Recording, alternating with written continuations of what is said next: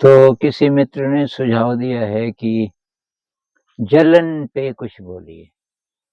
जलन मतलब ईर्ष्या, जेलसी, एन्वी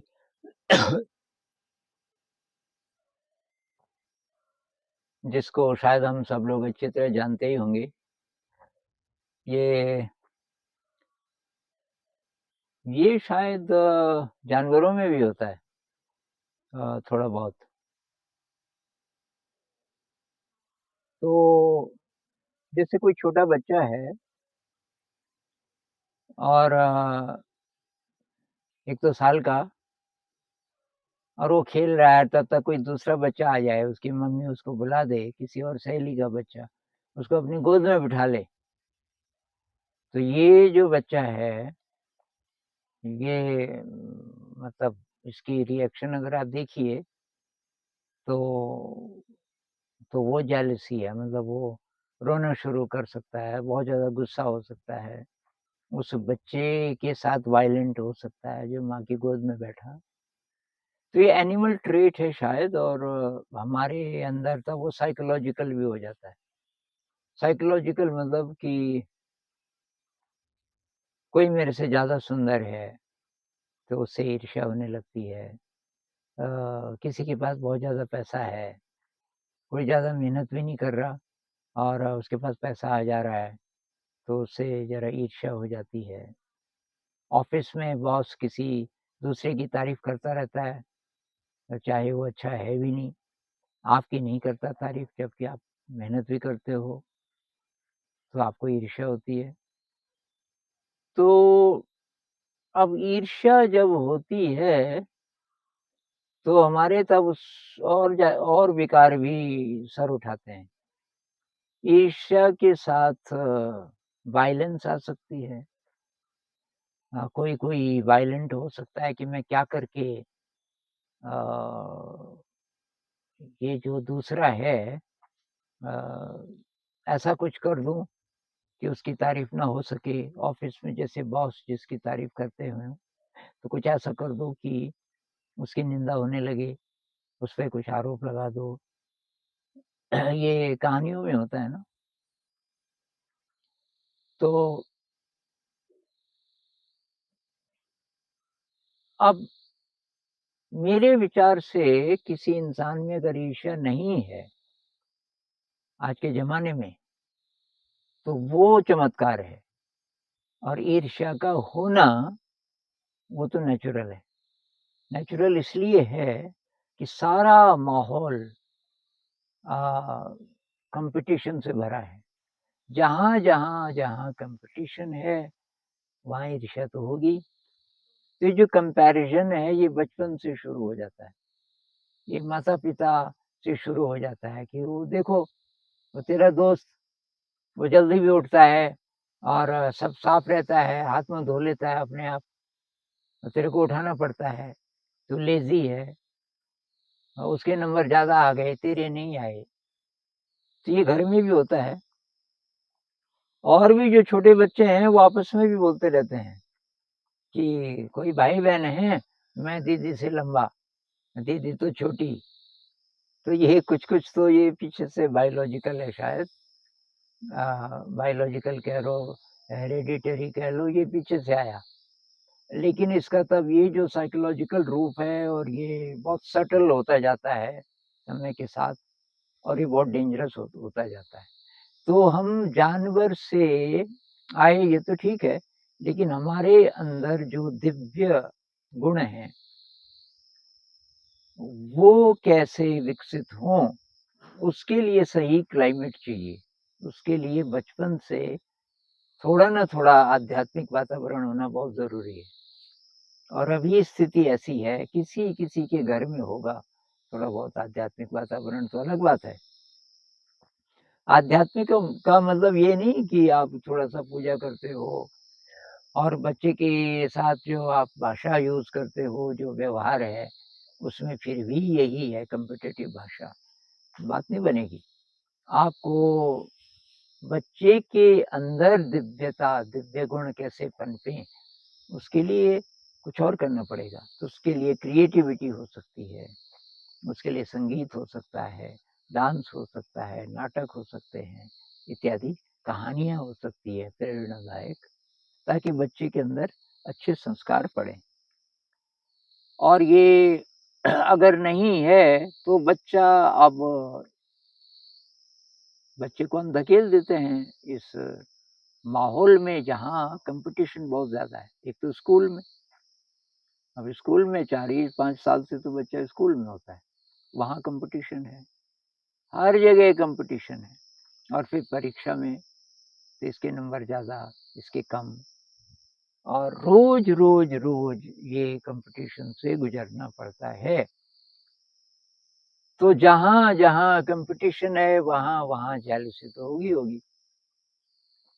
और फिर ग्रीड, इसके पीछे और क्या चीज़ें हैं, ये लालच है, डिज़ायर है कि मुझे बड़ा होना चाहिए था, मेरे ज़्यादा नंबर आने चाहिए थे, मुझे ये नौकरी मिलनी चाहिए थी, मेरे पास पैसे आने चाहिए थे, मेरा चेहरा ज़्यादा सुंदर होना चाहिए था। ये, और फिर इसका दूसरा विकृत रूप, उसका चेहरा सुंदर नहीं होना चाहिए था, उसके पास पैसे नहीं आने चाहिए थे, इत्यादि। तो अब स्कूलों में ही नहीं, कंपटीशन हर जगह है ना। देशों के बीच कंपटीशन, देशों के बीच ये जो युद्ध क्यों होते हैं? ये कंपटीशन है। इलेक्शन होते हैं, कितना कंपटीशन, और एक दूसरे पे दोषारोपण, उनके जो स्लोगन्स होते हैं, अ, और बच्चा देख रहा है बचपन से। इलेक्शन में इतनी सारी विकृतियाँ देखने को मिलती हैं बहुत कम समय में। उनके नारे देखो, नारेबाज़ी कर क्यों रहे हैं कि हमको जिताओ, भाई तुमको क्यों जिताओ? तो प्रूव करते हैं कुछ-कुछ बोल के, दूसरे की निंदा करके, हमको इसलिए जिताओ कि जो दूसरी पार्टी है उसने कुछ नहीं किया, और उसकी निंदा कि उन्होंने ये भी नहीं किया, ये भी नहीं किया, इस बार हमको चांस दो। और तो ये सारा बच्चा देख रहा है, और धीरे-धीरे इस जहरीले माहौल में बड़ा हो रहा है। हथियारों की होड़, अभी फिर इतिहास में हम पढ़ते हैं वर्ल्ड वॉर भी हुए, कोल्ड वॉर चला रूस और अमेरिका के बीच, अभी भी युद्ध हो रहे हैं। फिर ये व्यापार में जो कंपटीशन है बहुत ज़्यादा, फिर ये जो बड़ी-बड़ी इंडस्ट्रीज़ हैं कि मेरा प्रोडक्ट आगे आए, कैसे करके आए।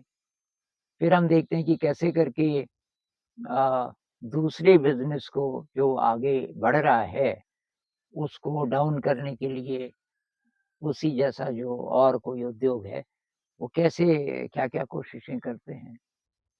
यहाँ तक कि कला में भी हम पढ़ते हैं कि कोई कलाकार, मान लीजिए कि फ़िल्म इंडस्ट्री में कोई नया सिंगर आया और वो बहुत ज़्यादा छाने लगा, और जो पुराने थे, जो कि अभी तक एस्टेब्लिश्ड थे, अब वो थोड़ा-थोड़ा किनारे होने लगे। तो बहुत बार ऐसे भी सुनने को मिलता है कि वो जो नया है उसको डाउन कैसे करें, और उसके लिए साजिशें रची जाती हैं कलाकारों के लिए। मतलब जहाँ-जहाँ जिनका गढ़ है, पॉलिटिक्स में, बिज़नेस में, एकेडमिक्स में, कहीं-कहीं भी, तो वहाँ-वहाँ ये कॉम्पिटिशन है, किसी और को आगे नहीं आने देते, और कोई आ जाए किसी तरह तो बहुत ज़्यादा जेलसी। और इस सारे के पीछे असली कारण ये है कि आध्यात्म की कमी है। असली जो चीज़ क्या है, वो कोई बता ही नहीं रहा, और लोग ऐसे ही लड़-भिड़ के मर जाते हैं। आप बिज़नेसमैन बन गए, अरबों-खरबों कमा रहे हो, लेकिन अंदर शांति तो है ही नहीं। कोई फ़र्क नहीं है आप में और कोई बिल्कुल मामूली इंसान, सड़क छाप, कोई भिखारी है अगर, और वो स्ट्रेस्ड इसलिए है, परेशान इसलिए है कि आज का खाना मिलेगा कि नहीं मिलेगा। उसमें और बहुत बड़े उद्योगपति में कोई फ़र्क नहीं है, दोनों का जो दिल है, दोनों की जो अंदर की स्थिति है, वो तो एक ही जैसी है, इनसिक्योरिटी है।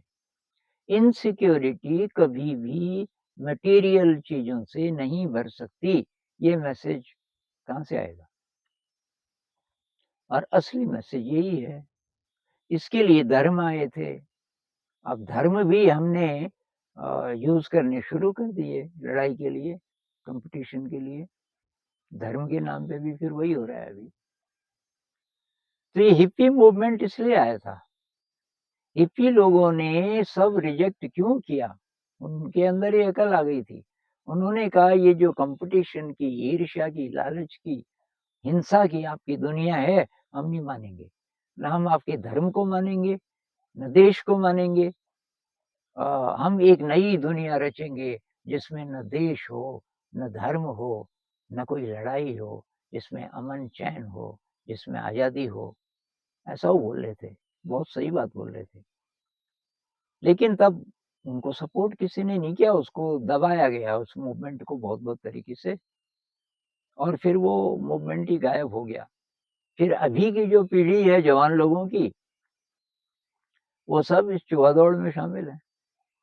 सबका ड्रीम है कि कैसे करके अच्छी नौकरी मिल जाए। और ये कॉम्पिटिटिव एग्ज़ाम वाले बार-बार बोलते हैं कि आप कहते हैं अपना पैशन ढूँढो। आप ये बताओ ना कि हम पास कैसे हो जाएँ?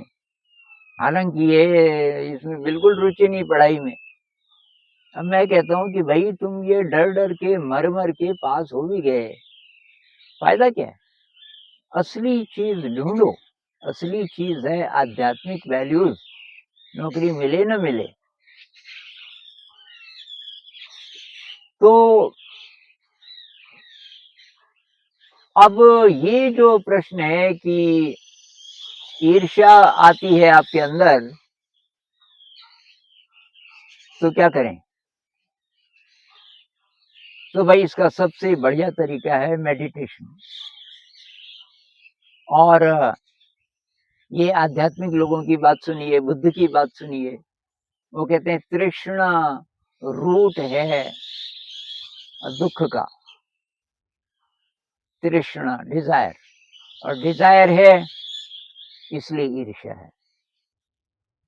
डिज़ायर कैसे दूर होगी? डिज़ायर का मतलब जो चीज़ें चाहिए वो तो चाहिए, वो डिज़ायर में नहीं आता। वो तो नेसेसिटीज़ में आता है ना, ज़रूरत में आता है, रोटी, कपड़ा, मकान, ये तो चाहिए। थोड़ा बहुत पैसा वो भी चाहिए। लेकिन ये जो साइकोलॉजिकल प्रॉब्लम्स हैं हमारी, अंदर शांति नहीं है। वो अशांत जो चित्त है, उसमें अतृप्ति है और उस अतृप्ति का एक रूप तभी ईर्ष्या भी है। और ईर्ष्या नहीं भी हो किसी में, असंतोष है, दुःख है। बुद्ध कहते हैं दुःख है, ये दुःख के रूप हैं सारे। नेगेटिव इमोशन कोई भी आए, वो दुःख है। और उसका तरीका है मेडिटेशन और ये अंडरस्टैंडिंग कि हैप्पीनेस कहाँ से आएगी। हैप्पीनेस आएगी जब आपके अंदर विज़डम बढ़ेगा, आपके अंदर शक्ति बढ़ेगी और आपके अंदर पारमिताएँ बढ़ेंगी। विनम्रता, कृतज्ञता, निस्वार्थ सेवा, ये बढ़ना शुरू होगा, तो फिर संतोष की फीलिंग आएगी। फिर जेलसी नहीं आएगी, जेलसी नहीं आएगी। जो जहाँ है, जैसा है, आपके अंदर आएगा भी तो कंपैशन आएगा। कोई आदमी बहुत कोशिश कर रहा है, किसी और के साथ कॉम्पिटिशन में है, मेरा बिज़नेस कैसे आगे बढ़े और अरबों-खरबों पहले से भी हैं उसके पास रुपए। आपको करुणा आएगी उस पे, ये और प्रार्थना, मन में प्रार्थना आएगी कि इसको इसको सद्बुद्धि आए और ये अच्छे मार्ग पे चले। तो ये जो जेलसी है, इसका एंटीडोट है, मेडिटेशन कीजिए और अपना विज़डम बढ़ाइए, अंदर की शक्ति बढ़ाइए और